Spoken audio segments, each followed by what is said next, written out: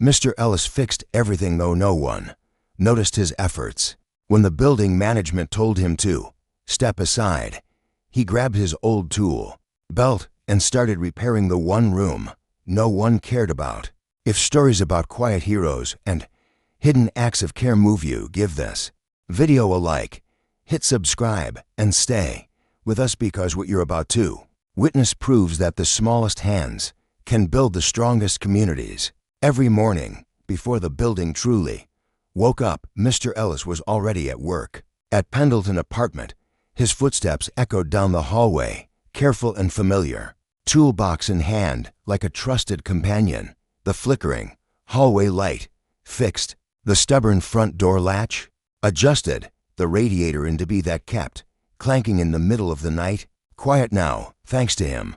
He didn't wear a uniform anymore, not since his official retirement, but he still moved with the quiet pride of a man who knew what his hands were capable of. A patched flannel shirt, worn jeans, and boots soft at the soles from years of use. Ellis didn't need a title to feel useful.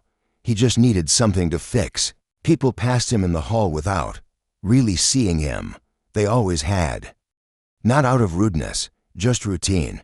Mr. Ellis had become part of the building itself, like the baseboards or the pipes, reliable, unnoticed, always there. But one Monday morning, things changed.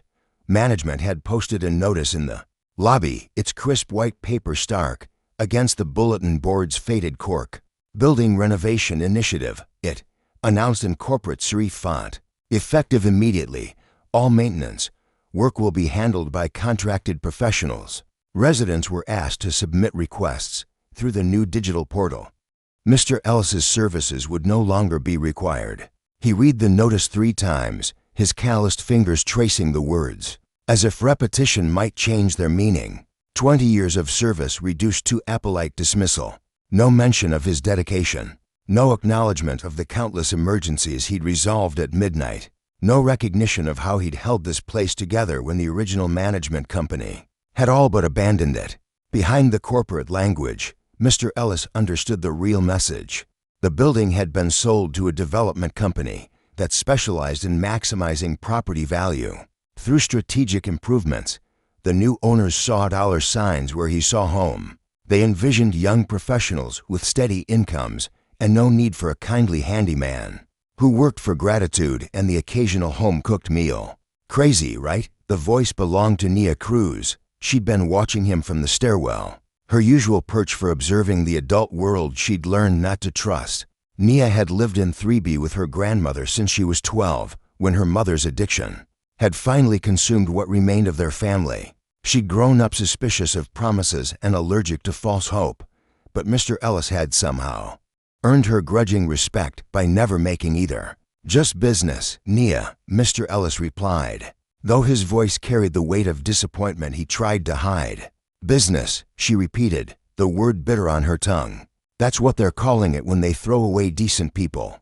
The paper crumpled in his grip before he could stop himself. He smoothed it out carefully, folding it with the same precision he brought to measuring lumber or threading pipe. But his hands trembled just slightly, just enough to remind him that his body was failing him in ways that went beyond simple age. Mr. Ellis stood alone in the lobby for several minutes, absorbing the weight of his dismissal. Around him, the building hummed with its familiar rhythms. Mrs. Friday's radio played softly from 1A. The elevator groaned its way between floors. Children's voices echoed from the courtyard where they played after school. All of it would continue without him. In the days that followed, the building fell off. What Mr. Ellis once fixed in hours now took work orders and long waits. Mrs. Dobbins, who had always criticized his ways, found herself stuck with a leaky faucet and a frustrating maintenance app that promised help in 3 to 5 business days. She realized then it was never about the screws or his silence. It was that his quiet generosity unsettled her. He helped without asking for anything, and that, somehow, was harder to accept than the drip of a broken pipe. Tommy Moore, a young father of 4-year-old twins, felt the absence of Mr. Ellis most. Life in his small apartment was non-stop chaos. His wife Ava worked double hospital shifts, while he juggled school, a part-time job, and parenting. when a sparking outlet sent his kids into tears, and the management company brushed it off. Tommy knocked on Mr. Ellis's door, exhausted. "I know you're not supposed to help anymore," he said, "but the kids are scared, and no one's coming until Thursday." Mr. Ellis saw the worry in Tommy's eyes and quietly reached for his toolbox. "Some things can't wait for paperwork," he said. As he worked, Tommy noticed the tremble in the old man's hands, the slower movements. Something had changed, but Ellis still fixed what mattered. And in that small apartment filled with textbooks and finger paintings, he saw why Tommy had come. Because some families don't ask for help unless it's urgent, and some helpers never stop showing up. As Tommy watched him leave, the old toolbox swung low at his side. He wanted to say more, ask if Mr. Ellis was okay, offer something in return, but the words stuck. Ellis just gave a quiet nod and disappeared down the hallway. That night, Mr. Ellis waited until the apartment was calm. He picked up his toolbox and walked toward the basement stairs. His feet carried him past the laundry room, past the storage units, to a door he hadn't opened in months, the recreation room. Once, this had been the heart of Pendleton Apartments. Now it was a forgotten cavity, filled with debris and broken promises. The door stuck, swollen from humidity and neglect. When it finally gave way, stale air rushed out like a sigh. Mr. Ellis stepped inside and surveyed the wreckage of what had once been a community. The concrete floor was cracked in 3 places. Water damage had left brown stains across the ceiling tiles. A broken ping-pong table leaned against one wall like a wounded animal. Cardboard boxes filled with residents' overflow storage created a maze of obstacles. The fluorescent lights flickered when he tried the switch, half working, half dead, casting everything in uneven shadows. But Mr. Ellis saw something else. He saw children playing safely while their parents folded laundry. He saw neighbors gathering for birthdays and holidays. He saw teenagers doing homework at sturdy tables, elderly residents reading in comfortable chairs, families sharing meals in a kitchenette designed for connection. He set down his toolbox and began to work. The first step was clearing the debris. Box by box, broken furniture piece by broken furniture piece, he hauled the accumulated junk to the building's dumpster. His back ached from the lifting. His breathing grew short on the stairs. But with each cleared square foot, the room's potential emerged like a photograph developing in solution. By evening, the space was empty. By the end of the week, he'd patched the floor cracks with concrete filler, his knees protesting every moment spent kneeling. The following Monday, he began stripping the water-damaged ceiling tiles, replacing them one at a time with materials purchased from his own retirement savings. Each day followed the same pattern. He'd wake before dawn, eat a simple breakfast, and descend to the basement. He worked until his body forced him to rest, then returned home to plan the next day's tasks. His small apartment became a workshop filled with sketches and measurements, paint samples and fabric swatches. The room began to transform. Fresh drywall covered the worst damage. A coat of primer made everything clean and bright. Then came the real work, the building of something new from nothing. He constructed child-sized tables from reclaimed wood, each joint precise, each surface sanded smooth.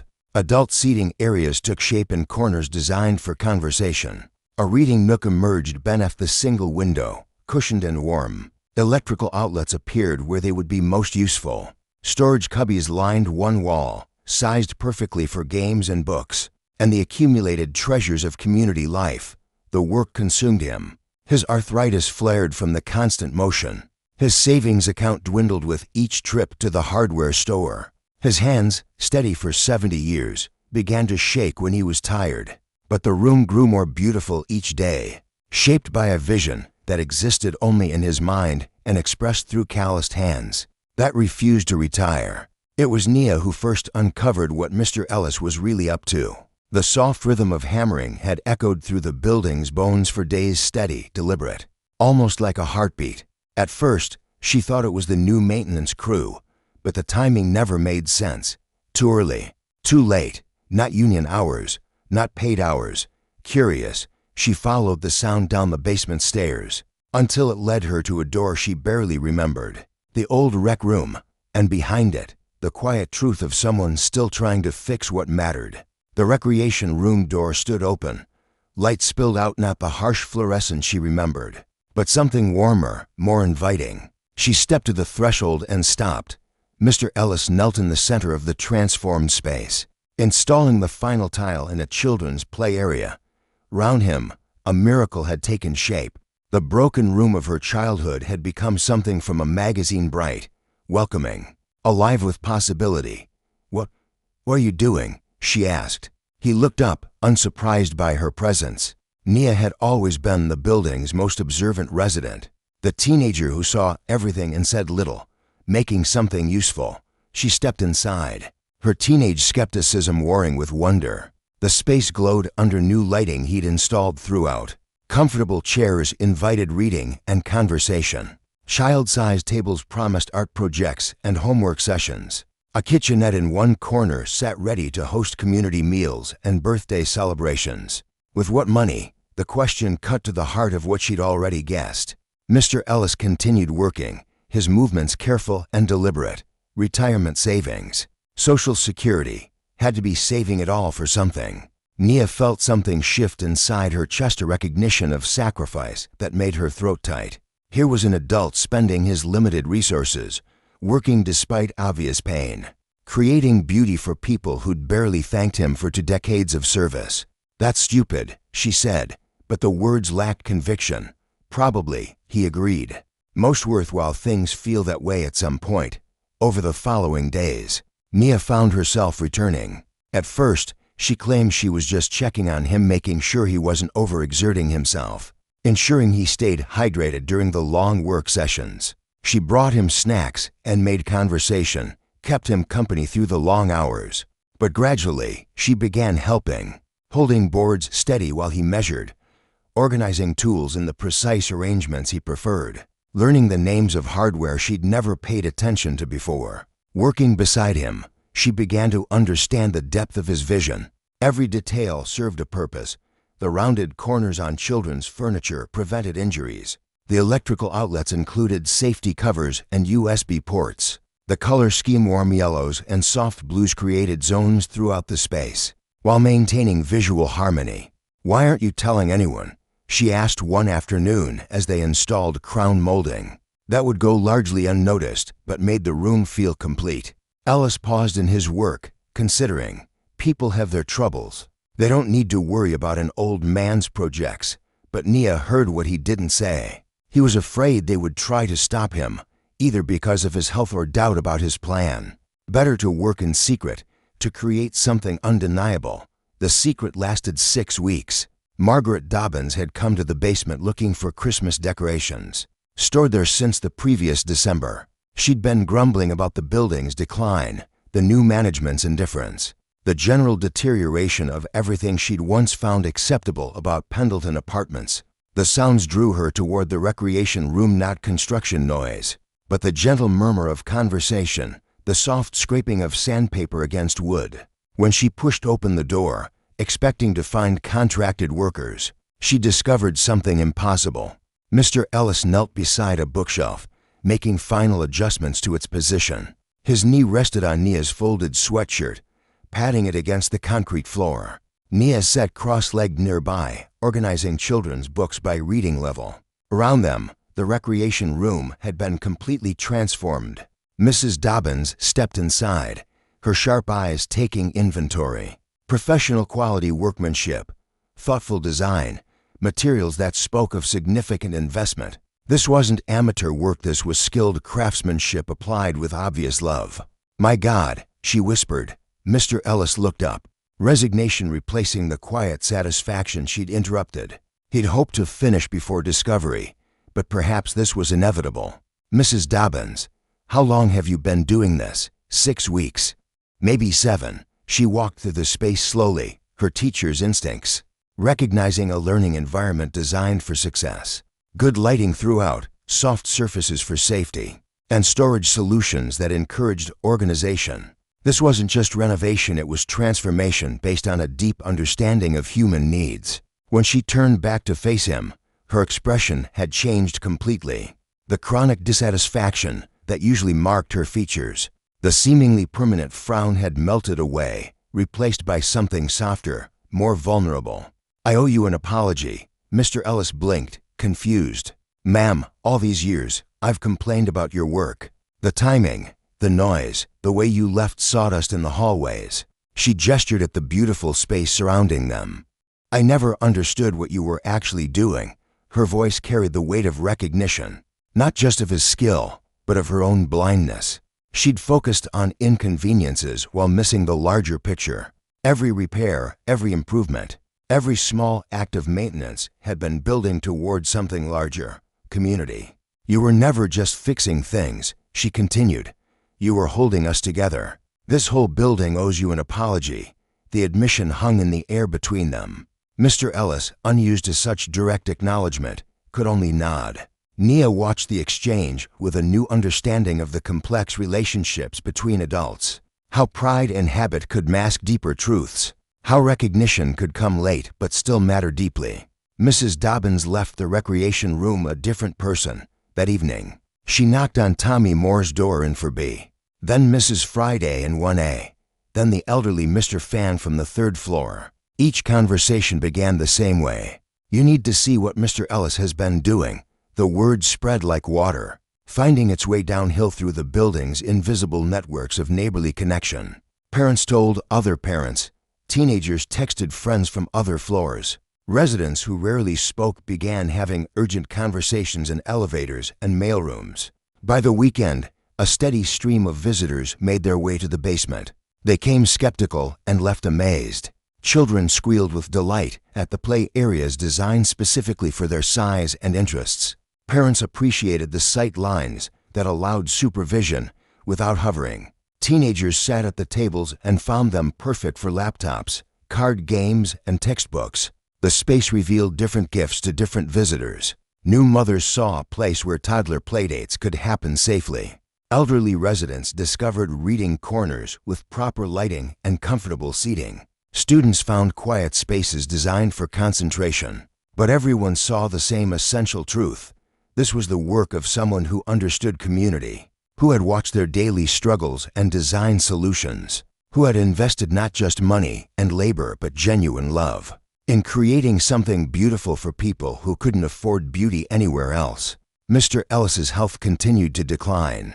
The tremor in his hands grew more pronounced, making fine detail work increasingly difficult. His breathing became labored after minimal exertion, forcing him to take breaks that grew longer and more frequent.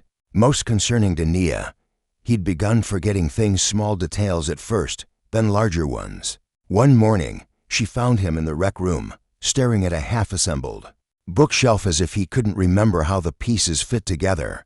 "Ellis," she asked gently, noticing the confusion in his eyes. He blinked, the fog clearing from his expression. "Nia, good. I need help with this piece." She guided him through the assembly process, following his instructions even as she recognized that he was following her lead. The dynamic between them had shifted subtly but significantly. She was no longer just his helper. She was becoming his memory, his steady hands, his continuation. The realization both frightened and honored her. Frightened because it meant acknowledging his mortality.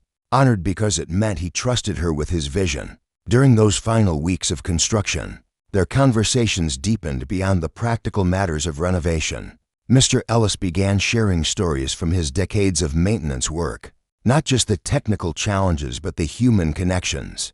The time he'd spent Christmas Eve fixing a heater for a family with newborn twins. The elderly woman who'd baked him cookies every month for 10 years, after he'd repaired her front door lock. The teenager who'd gone to college and become an engineer after watching him diagnose electrical problems with methodical precision. "People think fixing things is about the things," he told Nia one afternoon, as they worked together to install the final light fixture.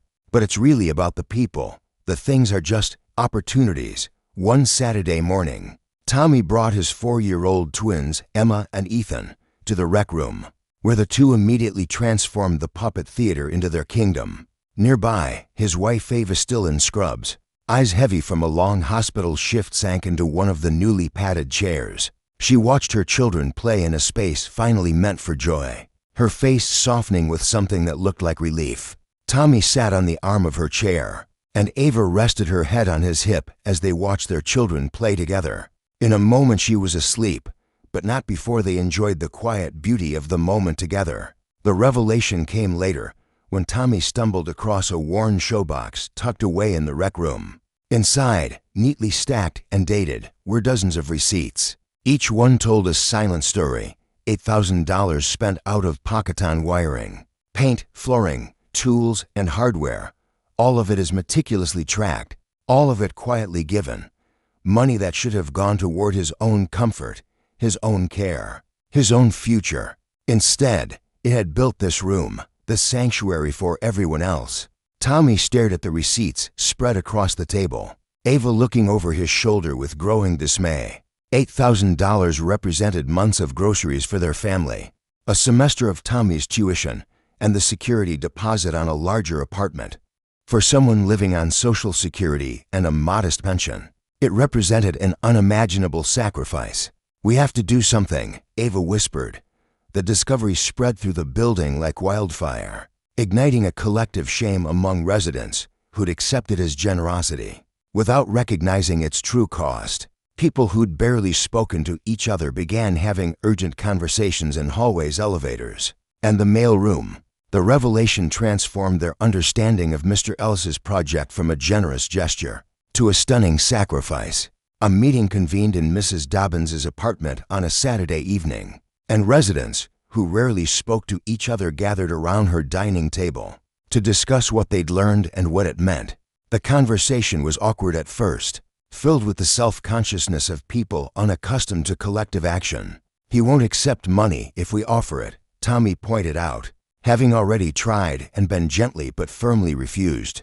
"Man's got more pride than sense," agreed Marcus from Foresee, a bus driver, who'd appreciated Mr. Ellis's help with his apartment's persistent heating problems. "It's not about pride," Nia said quietly. Everyone turned to look at the teenager, who usually observed rather than participated in adult discussions. "It's about purpose. He needs to finish this. It's who he is." She'd been watching Mr. Ellis more closely than anyone, seeing how the project had given structure and meaning to days that might otherwise feel empty and purposeless. The work wasn't just about creating community space. It was about remaining useful, staying connected, continuing to contribute even as his body betrayed him with increasing frequency. The planning that followed was meticulous and secretive.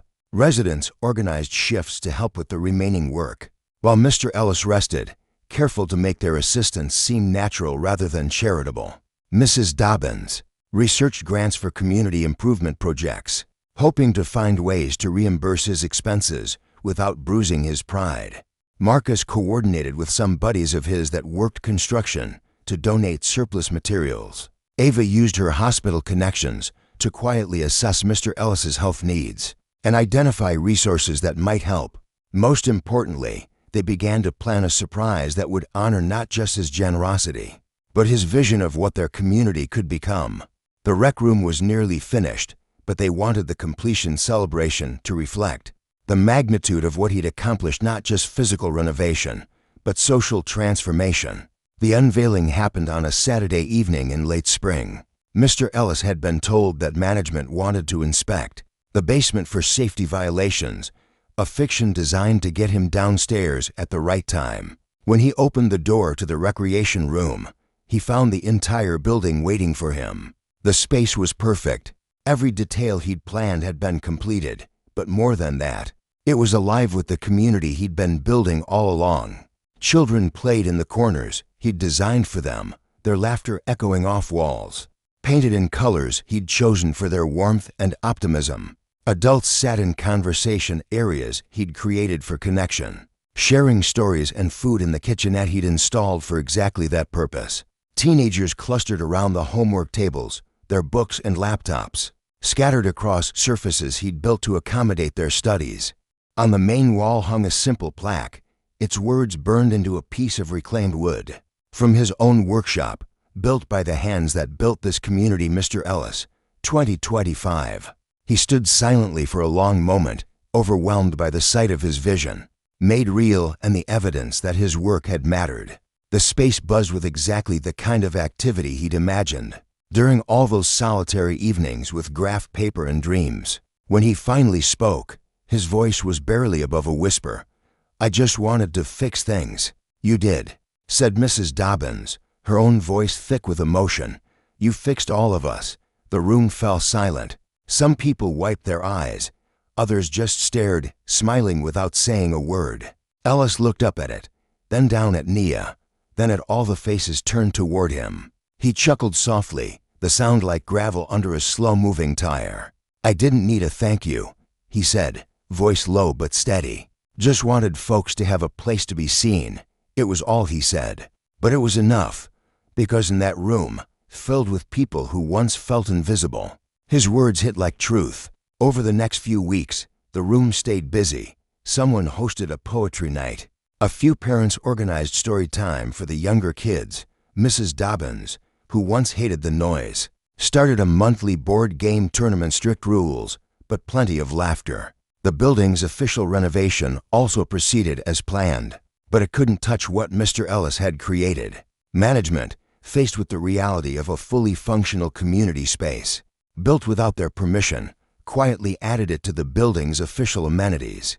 They even offered to reimburse his expenses. The residents were quite right that he wouldn't take a check, but he did accept their offer of free rent for a year. The residents had already organized small but consistent contributions to a fund they called the Community Chest that would fund any and all of his future projects. Ellis kept coming, though not every day. His hands didn't work like they used to, but his eyes still caught what others missed: paint bubbling near the baseboard, a loose leg on the snack table, a child who needed help tying a shoelace. One day, while they were cleaning up after a community breakfast, Nia lingered near the back wall. Ellis noticed. "I sent in my application," she said, her voice somewhere between pride and nerves. "To trade school," she added. "For carpentry." Ellis looked at her for a long moment, then nodded. "You'll be good at it," he said. "You already are." She smiled. It was the first time she had ever looked proud of herself in front of him, and he could see it: the shift, the quiet decision not to disappear. She was going to build something with her life, and it had started with a hammer and a wall that needed repainting. The neighborhood kept changing. People moved in and out. Buildings were renovated. But that room, that once forgotten rec room, became a constant, a heartbeat. Children who'd once watched Mr. Ellis work from the stairwells now helped younger kids with homework there. Single parents found a place to breathe for a few minutes while their children played safely nearby. A new tenant, who barely spoke English, brought in homemade bread every Saturday, placing it neatly on the folding table before shyly slipping out. The room wasn't fancy. It never had Wi-Fi that worked right, and the heater made a strange knocking sound in the winter. But no one cared, because it was theirs, because someone had loved it enough to bring it back to life, because it had been built by hands that gave without asking anything in return. Eventually, Ellis stopped coming as often.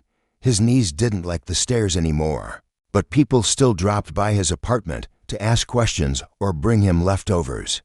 And every so often, he'd sit on the bench outside the building, listening to the muffled laughter from the rec room window. That sound, the laughter, it was better than thanks. It was proof. Because what he had built wasn't just a room. It was a connection. It was memory. It was a possibility made real. And in the final lines of the story, it becomes clear: sometimes the strongest structures in a community aren't made of bricks or boards or concrete. Sometimes they're made of time, of small kindnesses, of unnoticed effort, laid down quietly day after day, until one day everyone sees it, and when they finally do, they call it home.